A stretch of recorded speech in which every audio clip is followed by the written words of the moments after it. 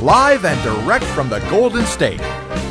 It's intelligent talk media, the Denice Gary Show. Now, here's Denice Gary.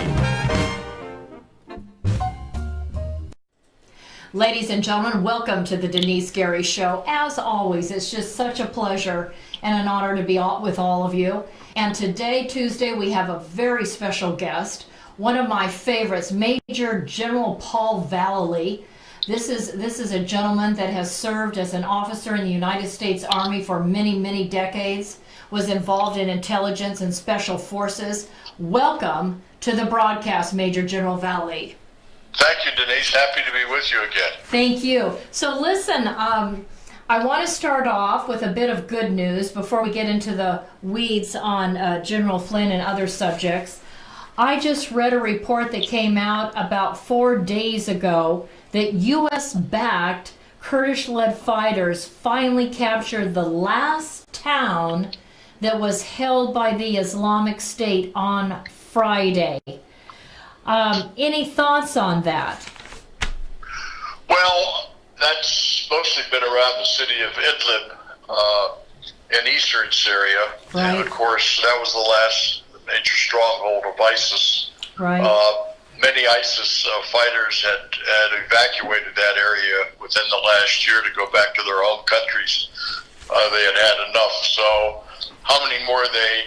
2,000. It says they believe there's 2,000.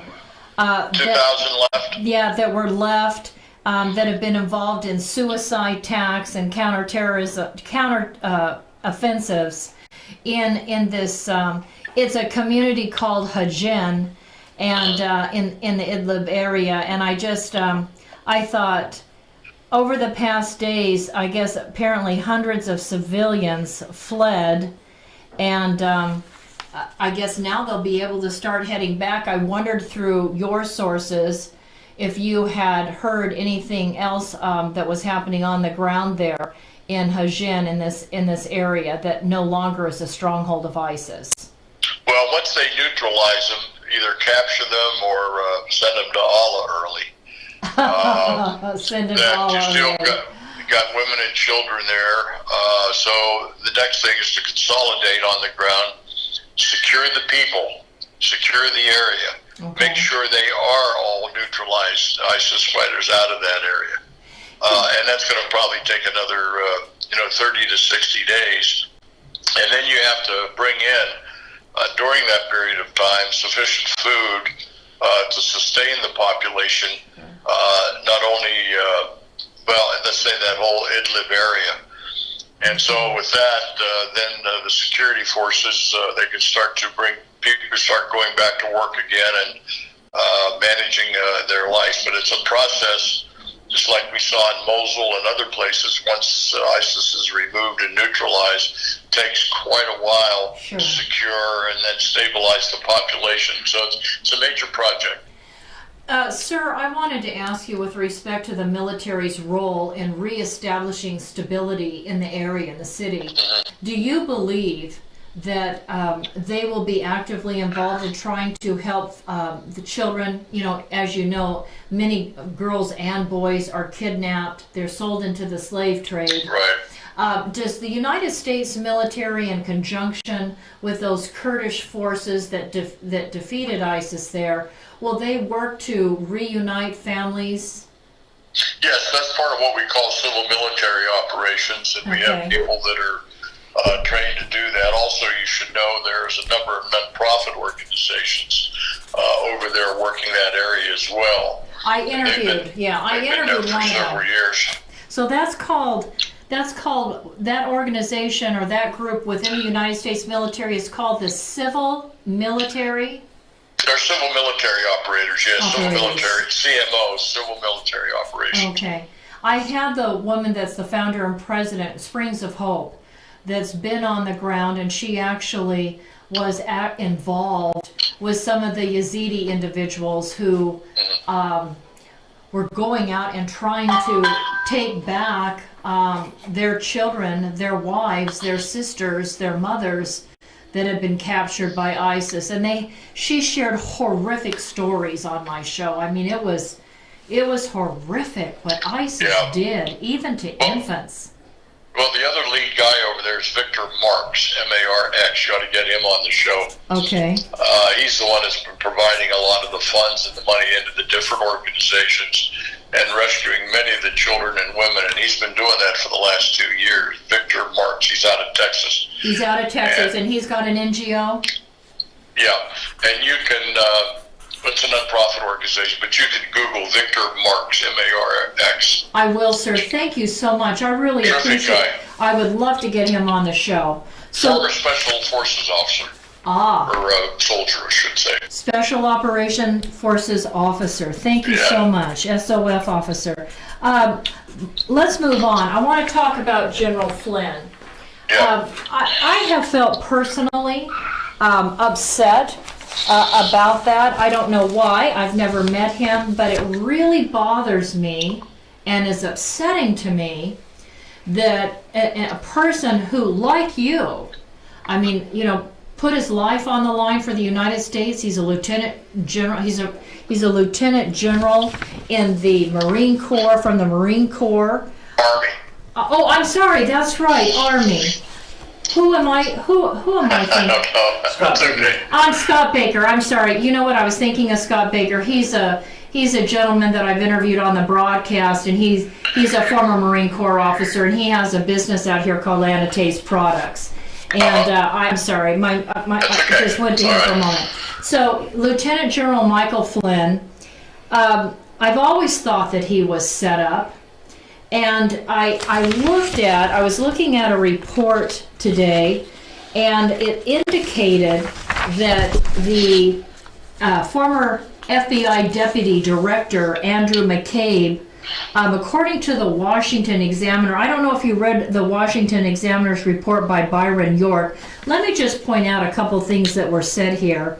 It was reported in the Washington Examiner on December 12th, and this is in black and white. So he's reporting based on the sentencing documents for Flynn that were done, again, by the former FBI Deputy Director Andrew McCabe. So in the sentencing documents, McCabe wrote down that he told Flynn, quote, "The quickest way to get the interview done was to have a conversation between Flynn and the agents."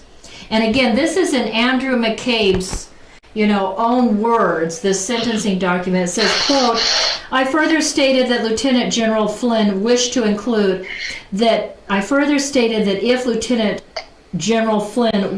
include anyone else in the meeting, like the White House counsel, for instance, that I would need to involve the Department of Justice. And McCabe wrote in his account of what happened that Flynn said, that wouldn't be necessary, and agreed to meet with the agents because Flynn thought, this was going to be a friendly. He thought the FBI was a friend and not the enemy.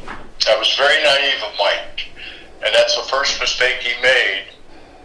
And in the White House, you don't permit the FBI to come in and interrogate anybody there unless there's a criminal investigation, okay? And so that was a major naivete on Mike, and I know Mike very well. I know to this day he's sorry he ever did it. But those FBI agents should have never been invited to the White House. That meeting should have never occurred, number one, but it did. So then with that, you had to deal with a crooked, corrupt guy like McCabe, who's gone now. But I know Mike very well. They basically entrapped him. So I think with whatever happens on March 16th, Denice, hopefully the next day President Trump will pardon Mike Flynn because he's been ruined financially and his reputation. He was a fine soldier, head of the Department of Defense Intelligence Agency, served a great career, and that soldier's not deserve to be treated like he is, just like the major that's up for court-martial for murder. Well, let's get to that. Yeah, let's get to that in just a moment. I want to finish. Let's talk about Lieutenant General Flynn a little bit longer. So, I'm glad that you said that because according to this Judge Sullivan, who was there for the hearing today, federal judge today, delayed the sentencing, which it's my understanding that Lieutenant General Flynn will not be sentenced to any time, that this judge, he said that, quote, the White House counsel was not consulted. Judge Sullivan went on to say that Michael Flynn was discouraged from having a lawyer present, and he was not advised by the FBI that he needed to be very careful in his statements because, according to what McCabe wrote, this is the FBI deputy FBI director, McCabe said, Flynn was just taking this as sort of a jovial, light conversation. He said McCabe wrote in his papers that Michael Flynn was jocular, that he didn't want to do anything to interrupt the good quote unquote rapport that these two FBI agents were experiencing with Michael Flynn. I mean, McCabe had Flynn right where he wanted him. Flynn was unsuspecting, thinking the FBI were his friends because he's been in the military and the former DIA director or advisor, former director of national security. And so I think it's incredible that the questions that the FBI was asking Flynn, they had already tape recorded. They already had taped the conversation that Michael Flynn had coming in as the new director for President Trump, and they knew exactly what was what. And of course Flynn, if you're really relaxed and you're not worried about a conversation, you're not going to be completely careful to say everything exactly correct. I don't know about you, but I don't. If I'm having a casual conversation with people that I think are my friends, I'm not going to be guarded, and I'm not going to be thinking really hard about everything I might have possibly said to a Russian ambassador. Would you agree with that? Yeah, but you should be if it's the police or the FBI. Okay. You just have to be. Don't know what their motivation. It's not like talking to your neighbor, your friend next door. It's a different situation. That's why I say Mike was very naive. Okay. The people in the White House should have begged him off of that and disinvited McCabe and Strzok and whoever the third person was. I guess there's a third person there that was involved in it. So that was a major mistake. And for everybody, make sure if the FBI ever calls you up and wants to talk to you, you have somebody there as a witness. I've gone through this 3 times in the last 2 years with the FBI. So I can tell you from personal experience what you need to do. But my antennas were up every time I met with the FBI. And the FBI met with you to question you. Could you tell the audience why the FBI would meet with you, to talk with you and question you? The same thing they tried to do to Mike Flynn. So because you have been a Trump supporter, they interviewed you? Yep. And they interviewed you 3 times? 3 meetings, yep. That's 3 exactly meetings. Right. I can't go into all the details on it because it's rather confidential from my standpoint, but I was smart enough for my antennas to go up. And then also the Secret Service that I've met with, because I had made a trip to Russia as I was invited over as a speaker. And so they had a pursuit under Obama to go ahead and target people and to entrap them. And there's many others that we haven't even heard about that I know about that have been entrapped. Another is a former, very close associate of mine, Wayne Simmons, who just got out of jail, federal jail after 3 years. They entrapped him. And one of the same judges in Alexandria sentenced him to 3 years. He's out now. Wayne Simmons. Yep. Wayne Simmons. And Wayne Simmons, they entrapped him. In other words, like with Michael Flynn, they had the conversation recorded so they knew exactly what was said, and then if, of course, the person doesn't remember exactly or doesn't tell it exactly correctly, then they're charged with perjury, lying to the FBI? Is this the standard method of operation, that they have these recordings, and then if you don't exactly say what you're supposed to say... Well, sure, that's entrapping you. That's perjury. That's a perjury charge. That's not honesty. No, it's not. Dealing with U.S. citizens in a straightforward manner. Right, and they're charging, I guess what I'm asking... Try to trap a lot of people sometimes. Sometimes it's justified. You have a murder suspect. So you play good guy, bad guy. So all of those things are done in police operations and investigations. But I can tell you, it's not going to. It's important that they clean up the FBI and the Department of Justice as soon as possible. That's why President Trump has got to go on the offensive now.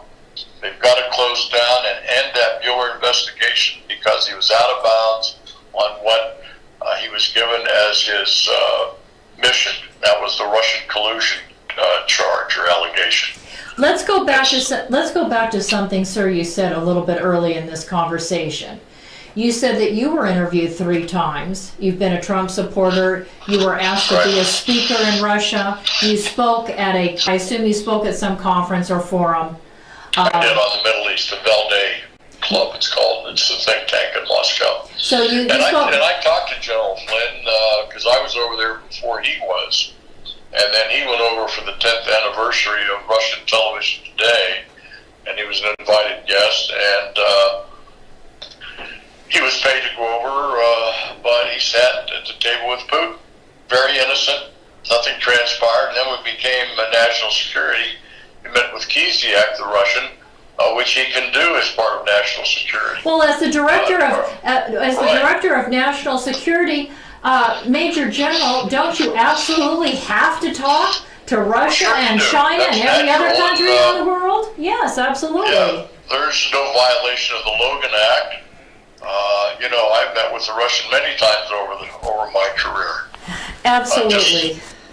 My late father actually went to Russia on business. Who knows what they might have charged him with.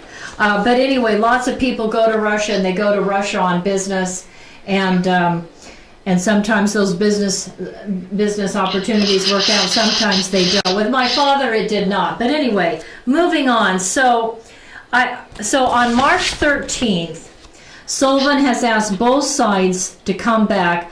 I thought it was incredible that Sullivan, according to what I've heard on the news so far today, actually scolded Michael Flynn, actually scolded him for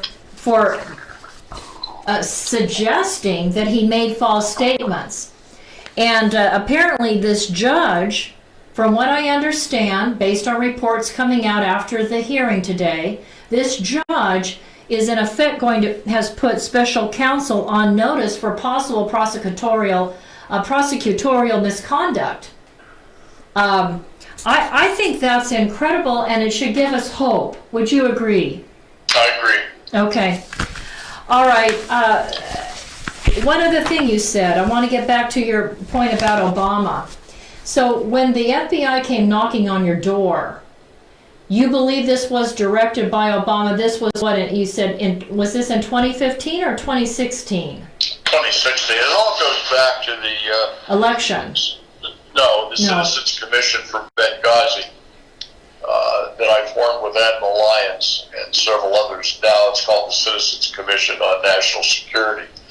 But we're the ones that did all the background investigation, provided Trey Gowdy everything he needed, the lying of Leon Panetta, of Hillary Clinton, and even General Dempsey at that time.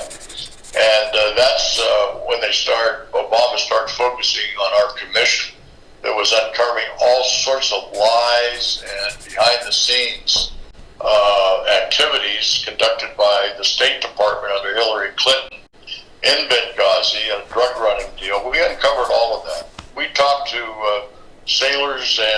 Force people that were on alert to go into Benghazi, and they were told to stand down.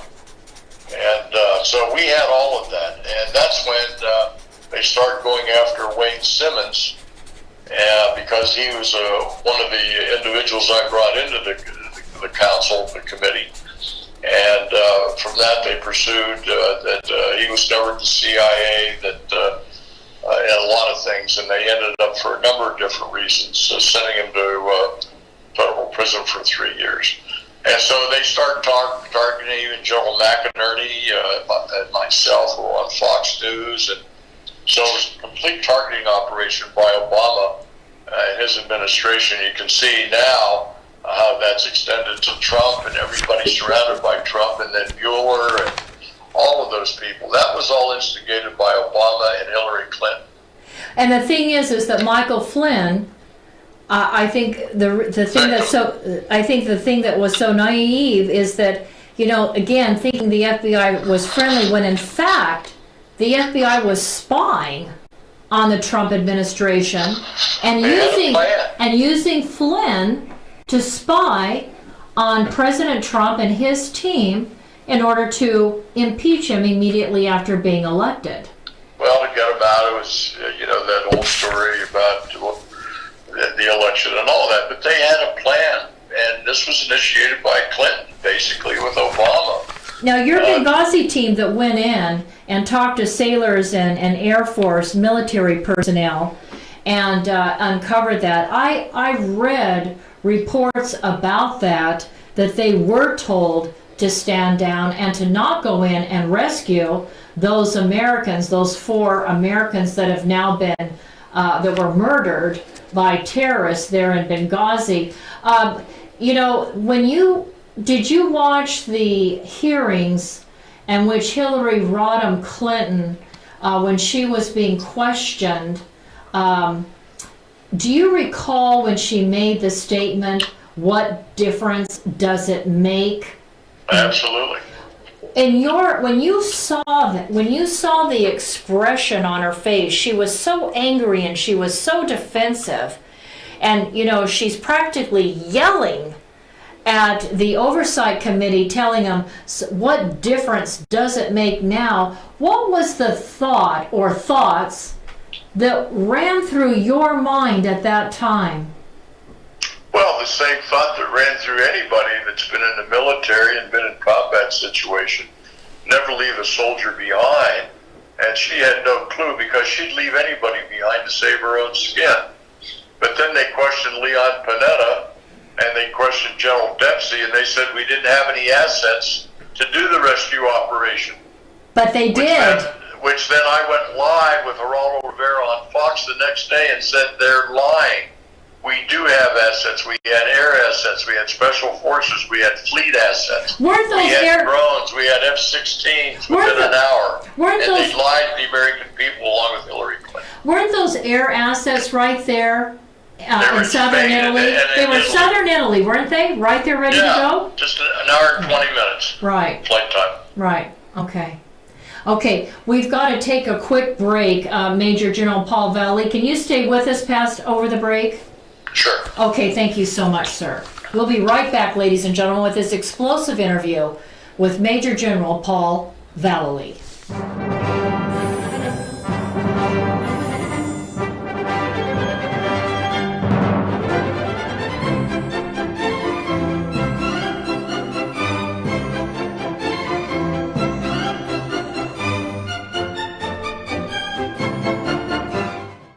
I want to tell you about a place I love to go, Frugatti's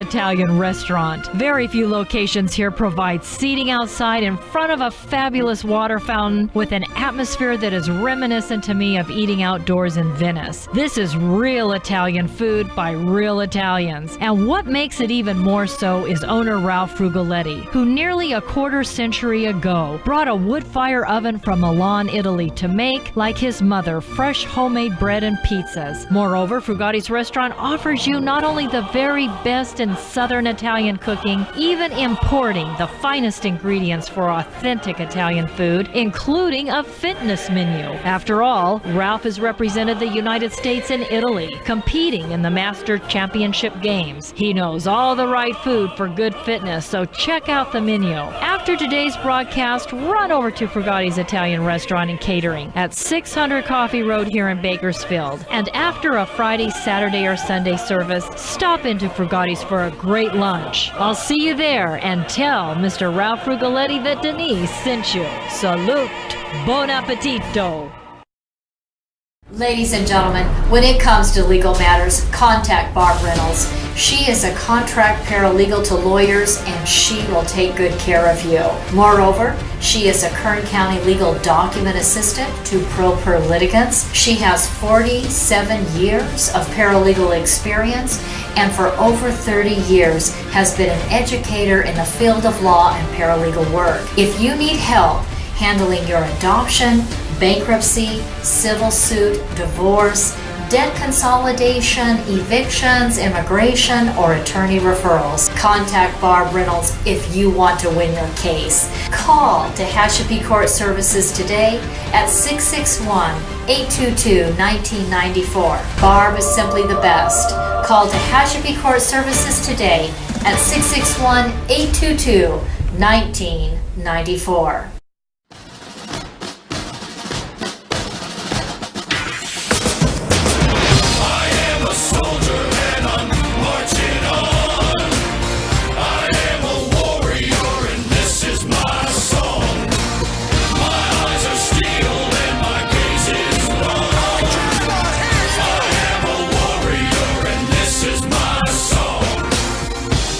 Ladies and gentlemen, welcome back to the Denice Gary Show. As always, it is such an honor and a delight to talk to Major General Paul Vallely. Again, he's been in the United States military as a general in the Army and involved in intelligence for many, many years in Special Forces.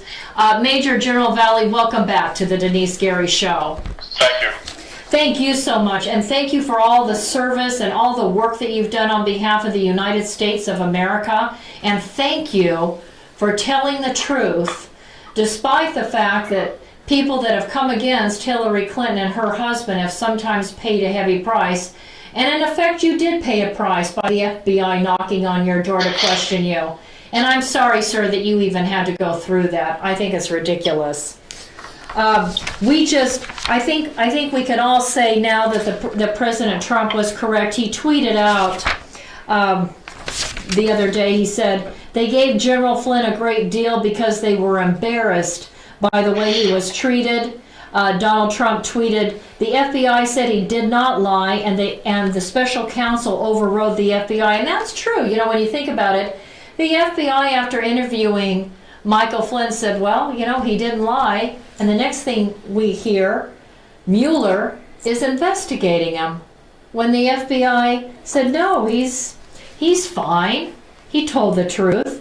And President Trump tweeted that the special counsel wanted to scare everybody into making up stories that are not true by catching them in the smallest of misstatements. Sad. Getting them up on a perjury count. This is why we love our president. Would you say that's correct, Major General? Well, that's why I love him, and a lot of people that I work with in Washington love him. Because he's uncovering the deep swamps of corruption in the FBI, State Department. And telling the truth. They don't like it. So a lot have been left, but there's more to come out of the swamp after the first of the year. President Trump's going to lay the law down on a lot of this after the first of the year. Good. Well, we'll keep him in our prayers and our thoughts. I just I want to share out something that we just talked about during the break. Jerome Corsi, the conservative author, he's been on several news networks, television news networks. This is a conservative author that was accused of lying under oath to Special Counsel Robert Mueller. I understand that he's filed a federal lawsuit suing for $350 million in damages, saying that apparently he thought that the Mueller investigation lied to him and, of course, mistreated him and set him up. Care to comment on that, Major General? Yeah, well, I know Jerry Verse very well, and he's written a lot of articles, interviews he's had with me. I've known him for years. But they, again, tried, in my opinion, to entrap him as well. Jerry's too smart to fall into it. He knew what was going to happen. And he with Larry Klayman of Freedom Watch now, who's also a lawyer, have come up to sue Mueller. Okay. And they may, if a good judge hears this, this could be really go to jail, and he should. Hallelujah. Hallelujah. Devin Nunes just put out a statement that says the investigation needs to end because it's destroying America. And sure it is. Taking up, look at all the air it's sucking out of America every day. I mean, nobody should have this kind of authority. But I would advise President Trump almost immediately after he started to get out of his lane of the Russian collusion and starting the witch hunt, he should have been put to rest at that time and terminated that because he was violating the mission that was given to him initially. So these thousands and thousands of dollars have been spent, and everybody reads about it. I'm not telling anybody that they don't know. Right, but, millions of dollars have been spent. Time for it to go away. Yeah. Let's move on. On Special Forces Army Green Beret Mathew Goldsteyn, President Trump, it's been suggested, may pardon him. The Army dropped this Special Forces Army Green Beret Goldsteyn from Special Forces in 2015, and they stripped him of the Silver Star because apparently an individual, a Taliban that was a bomb maker that was responsible for the death of several Americans, apparently that bomb maker was killed, and Goldsteyn said that he killed him. Last time I checked, we were supposed to kill the enemy. Is that not correct? Well, that's correct, and we've had a lot of pressure now going on through my networks to get him free. And if the Army is so stupid to try him in a court-martial for murder, a potential life sentence, then he needs to be pardoned immediately by President Trump. And this has happened not only with this major, this has happened before. We have, I don't know what the number is now at Fort Leavenworth, who have been charged with murder. There were a couple Marines way back. So this is not the first time the Department of Defense has persecuted our own for killing the enemy. They tried to do the same thing with Allen West, as you remember. Yes, I remember. He had to retire. All he did was shoot off a 45 off the left side of the head of a captured terrorist. Iraqi terrorist, and precluded a force from going across the bridge or an area and getting ambushed. And then this colonel wanted to try Allen West for, I can't remember the charge at that time, but basically that forced Allen West to retire. I went on Bill O'Reilly after I found that out and told everybody in a live national audience this was an injustice. And anyhow, they dropped the charges in 72 hours against Allen West, but basically forced him into retirement, say he would never have a career again. But hopefully my plea on television, national television, on Bill O'Reilly helped that. Well, I understand that with Mathew Goldsteyn, that his attorney said that the investigation was dropped in 2014 and then it was reopened in 2016 after the Special Forces operator Goldsteyn said during a Fox News interview that he had killed a bomb maker. That sounds like double jeopardy. Well, it was never tried. You have to be tried. Okay. Right? Okay. But anyhow, no, it's a mess. And I don't know why these lawyers in the Defense Department get carried away They have too much influence and have had, especially under Obama. These League of Warriors, they're not warriors, they're not in combat, but they jeopardize the people that are putting their lives on the line every day. I understand from what I have read, it says here, Goldsteyn coordinated numerous airstrikes and repeatedly braved enemy fire after launching a mission to kill a Taliban sniper who nearly hit a nearby Marine. He later was awarded the Silver Star for Valor, and of course, again, that was stripped of him. The Army was considering upgrading the award to this Distinguished Service Cross, one step down from the Medal of Honor, when the allegations emerged. What can my audience do? What do they do? Do they telephone the DOJ? Do they telephone who? Who do they tweet? Who do they email? Who do they telephone to say, let's end the opening of a case against Special Forces Army Green Beret Mathew Goldsteyn? Well, it's already open. It's on the internet. You can Google it. They're asking you. But what can we do to help close it down? Well, now, what can you do? You write letters, so nothing's going to happen. You make phone calls, nothing's going to happen. Never does. And so it takes working through an organization like we had, the Citizens Commission, that can have some impact as an organization. And of course, that's the organization, the profit they set up for the major to donate to. I can't think of the name of it now, but you can Google it.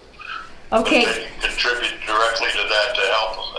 That'll be a bigger impact than anything. And you're going to send me an email with the title of this citizens group, this citizens organization that you started that organization. Yeah, well, you can Google it, CCNS. CCNS, okay.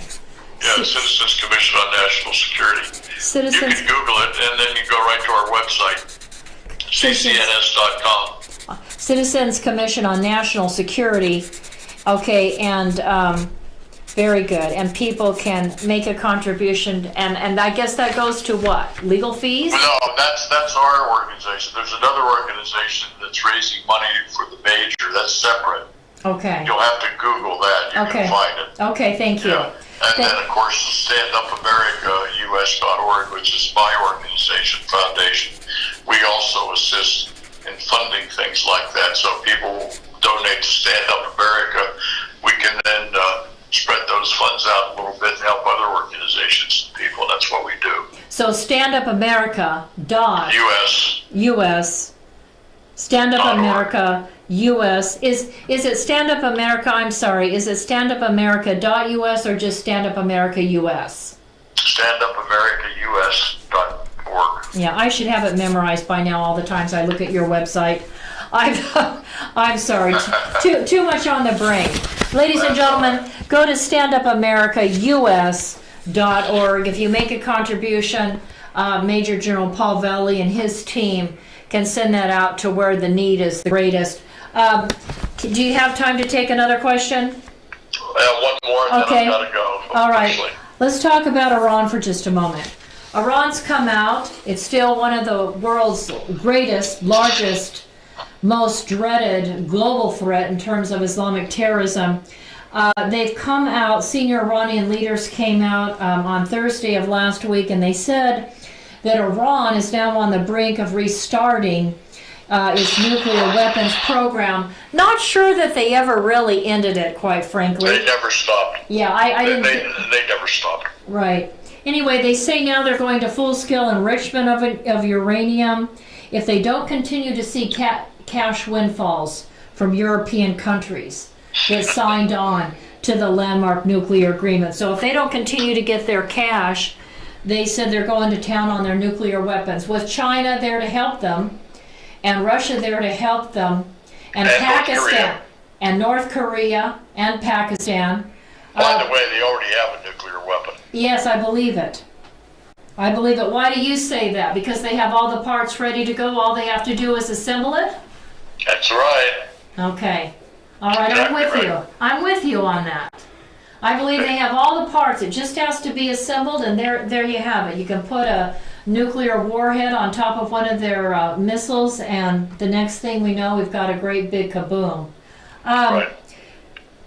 I want to ask you a question. In light of this threat, is Iran just sort of posturing because it wants the money? Or do you think Iran is basically making a veiled threat because European countries can be reached by Iranian missiles? Your thoughts, sir?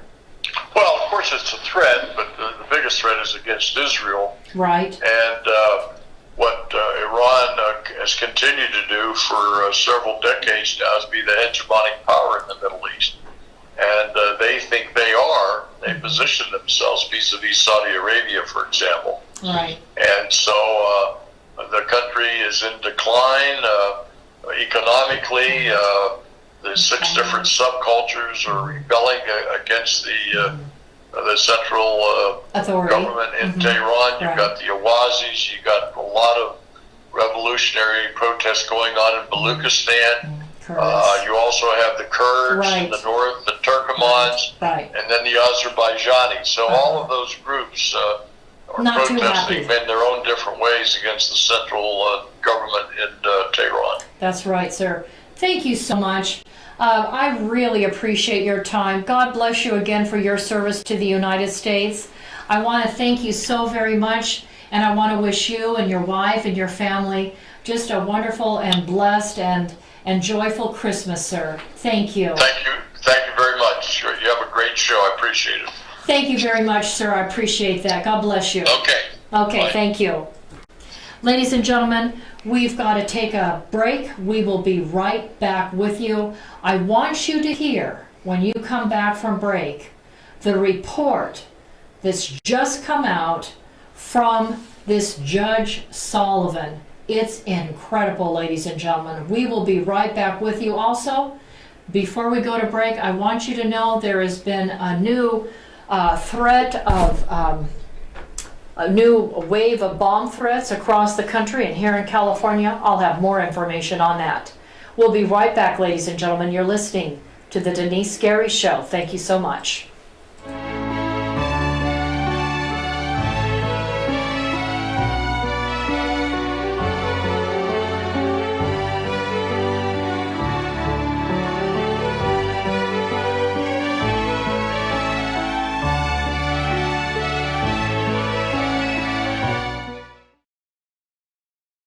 President Trump has correctly stated that economic security is national security, and in the Tehachapi Mountains of Kern County resides a United States defense contractor, Anates Products. Here is the Silicon Valley of the aerospace industry, right here in East Kern. Anates Products is a forward-leaning manufacturer and distributor of hardware sold to major defense and aerospace companies. We're talking about Boeing, Lockheed Martin, United Technologies, Northrop Grumman, Raytheon General Electric, and on the list goes, as well as to every United States ally worldwide, including Israel, America's most important strategic ally in the Middle East. And for everything that flies, Anates Products is providing the parts. And with me today is the president of Anates Products, Scott Baker.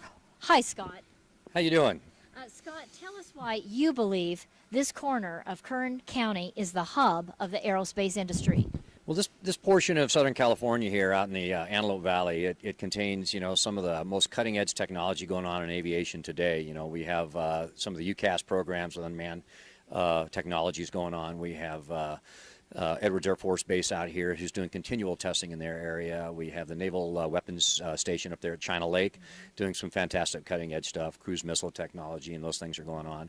We have Scale Composites locally doing a lot of composite technology, which is new. We have SpaceX, which is a private one private entity putting things into space now. This area is the growth center for aviation's future, and this is the area I think that as a nation we need to be concentrating some of our effort and taking this technology. And as we all know, with the space program from Apollo years ago, out of these technologies, we the private sector are going to reap some of the benefits of that. Thank you, Scott. Ladies and gentlemen, Scott Baker, president of Anates Products. Anates Products, located in the beautiful mountains of Tehachapi, California, in eastern Kern County is home to some of the most innovative and specialized technologies in the world, including those at the U.S. Naval Air Warfare Center Weapons Division at China Lake, Edwards Air Force Base, as well as Stratolaunch, launching satellites capable of delivering multiple orbits in a single flight to space. And it is Anate's products that has provided the manufactured devices, and the president, Scott Baker of Anate's products, Marine Corps veteran, reactivated on 9/11 to monitor threats to the homeland, is carrying on a tradition of providing for the security of the United States by manufacturing every kind of fastener on anything that flies, as well as providing a full testing destructive laboratory. Contact Anate's products, now in business for 30 years, at 661-822-6873. Located at 1314 Goodrich Drive in Tehachapi for your manufacturing and testing needs today.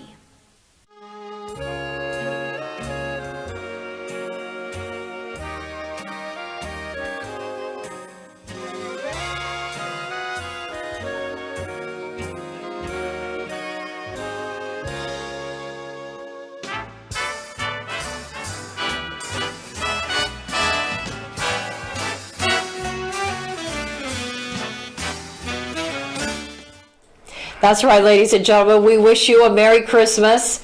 And of course, we hope that our Jewish friends and neighbors had a wonderful Hanukkah, which of course you know is over. Anyway, I want to get back to Iran for just a moment. We just have a little time left in the broadcast. And I hope you enjoyed that interview with Major General Paul Vallely. I love talking to him. He knows everybody, and there's just so many interesting things to discuss and talk about. Anyway, with respect to Iran, I wanted to ask you to take something to heart and to prayer. The mullahs in Iran, as you know, have imposed Sharia law. I mean, Islam, of course, has their holy book, the Quran. And in the Quran, if you read it, as I have, there are, in a sense, laws about, beating women. It's appropriate. You can beat them to a point. You're not supposed to beat them while they're on their period. There's rules and laws and regulations with regards to beating women or what a person has to do before they can be crucified or stoned to death. There's specific rules and guidelines. And one of the rules is the prevalence of child marriage. And this report just came out. Now it's from a think tank. It's from Goldsteyn Institute. GoldsteynInstitute.org. GoldsteynInstitute.org. It's written by a gentleman who, from what I understand, is a Harvard-educated scholar, businessman, says political scientist, board member of Harvard International Review. He's the president of the International American Council on the Middle East, and his name is Dr. Rafizadeh.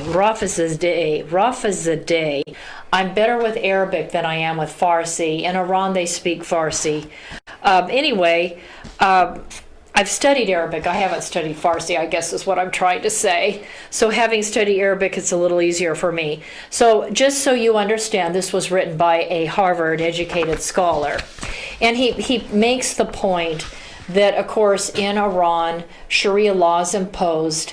And he's talking about what seems to be a growing trend in the prevalence of child marriage. Now, what that means is that in Iran, if your little girl is only 9 years old, and let's say you're having some economic problems, you're having some money problems, it's tough to make your budget every month, that, they can marry off their little girls starting at age 9 legally. Sometimes they do it younger. Okay, but legally they can start at 9, not to say they don't start earlier.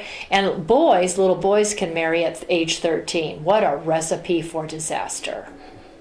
And of course, girls are beaten frequently for any kind of show of independence or disobedience. And so since the Iranian Revolution took place in 1979 under the Ayatollah Khomeini, this Sharia-based law has not changed, and it remains far too high. It says here that in a set of 25 countries for which detailed analysis was conducted, at least 1 in 3 women marry before the age of 18. 1 in 5 women have their first child before the age of 18. 180,000 child marriages take place each year inside Iran. 180,000 child marriages take place inside Iran every year. This leads to oftentimes suicide among girls. A lot of times an older man that has money, they want that virgin, they want that 9, 10, 11, 12-year-old, 13-year-old. You can imagine how painful it would be for a younger girl to, engage in consummating the marriage. I mean, there's so many problems that occur as a result of this, as a result of Sharia law within the Quran. And he says he's from Iran, this Harvard scholar points out, which is run by Sharia law. And anyway, he just talks about how things are worsening inside the country, and one of the reasons is a result of this issue of child brides.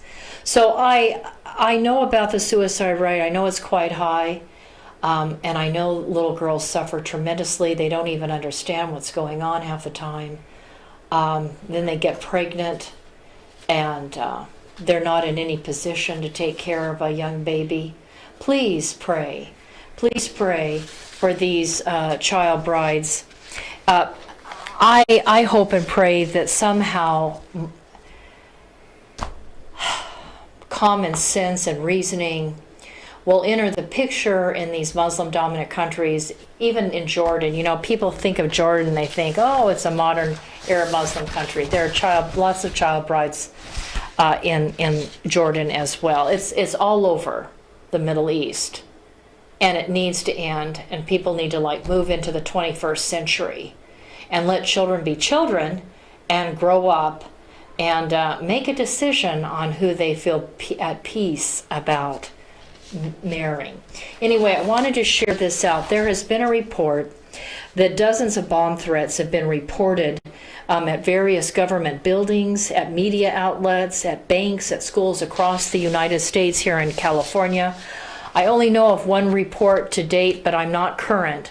But I guess it was maybe this last week in Riverside, the Riverside Sheriff's Office in California received an influx of bomb threats, and these have been coming through email, multiple locations across California, apparently across the United States. There have been bomb threats, and I wanted to point out to you, this is a time, Christmas time, Hanukkah and Christmas. This is a time when Islamists, people that believe fiercely in the Quran and in Sharia law, are told that they need to commit acts of murder. This is a Telegram channel that's put out by the Islamic State. I don't know if you can see that picture of the White House and it being blown up.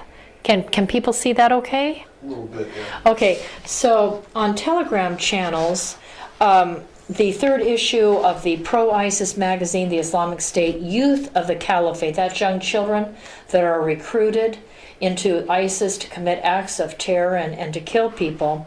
They are putting up posters on all the social media platforms to carry out operations. And what they're encouraging people to do is to run over individuals using their truck or car. They're being asked to stab people, to poison them, attack people in shopping centers, poison their food, run them over. So anyway, and here's another poster. It says, thirsty for your blood. Do not leave your home because we are thirsty for your blood. It shows an image here of Santa Claus with the ISIS jihadist standing next to him with a knife in his hand, ready to decapitate Santa Claus, ready to behead Santa.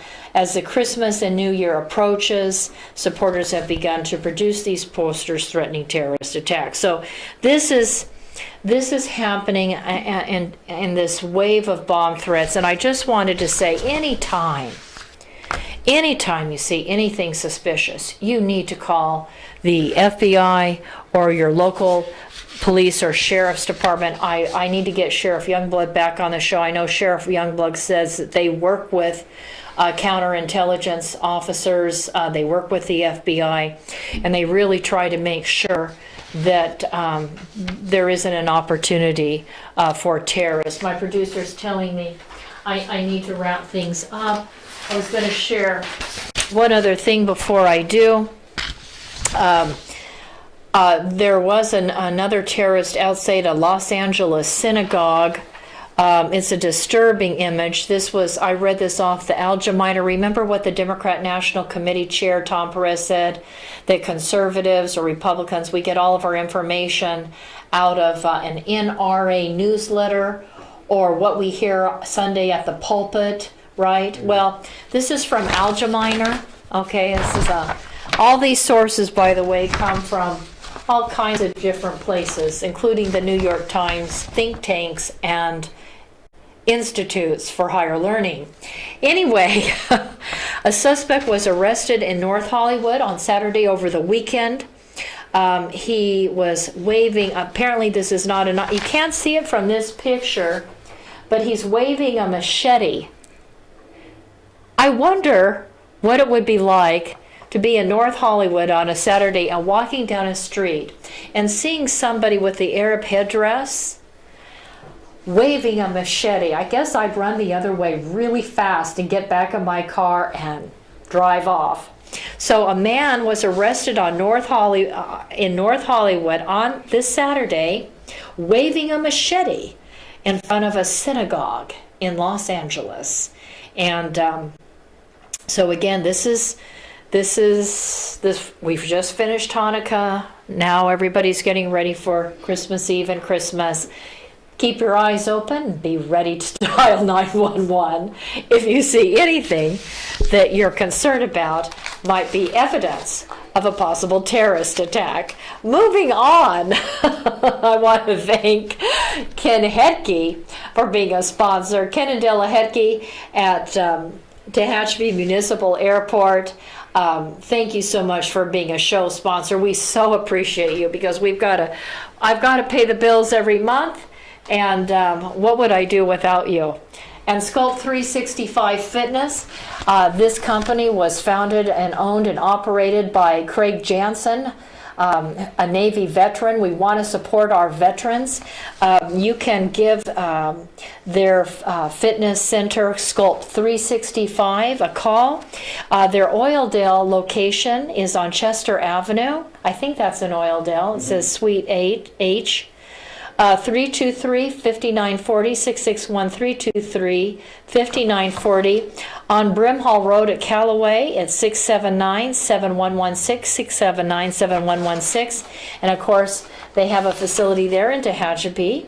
And the number is 823-8205, 823-8205. Ladies and gentlemen, this show, as it turns out, seems to be more or less on national security issues, but I do want you to pray for these young children, these girls that get caught up and are basically in effect married off to avoid the problems or the issues or the economic issues with respect to having children, and it is really sad. It's very sad. It's very tragic. I believe it's a form of child abuse, and it needs to end. And I know that this President Donald J. Trump, has the guts to use what he has available as leverage.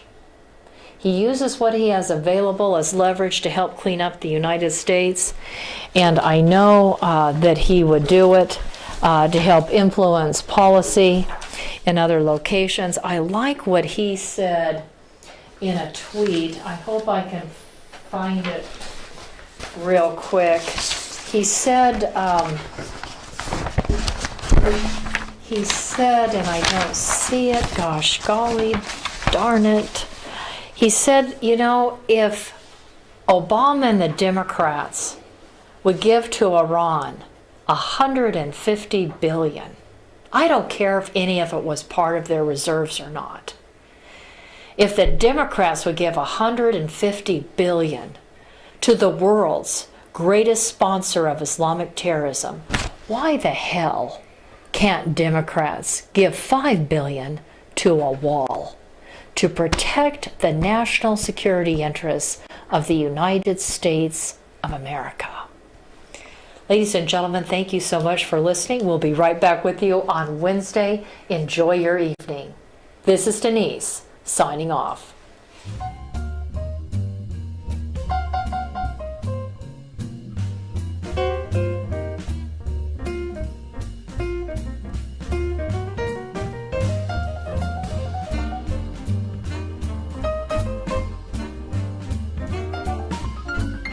Thank you for listening to The Denice Gary Show. Intelligent talk media.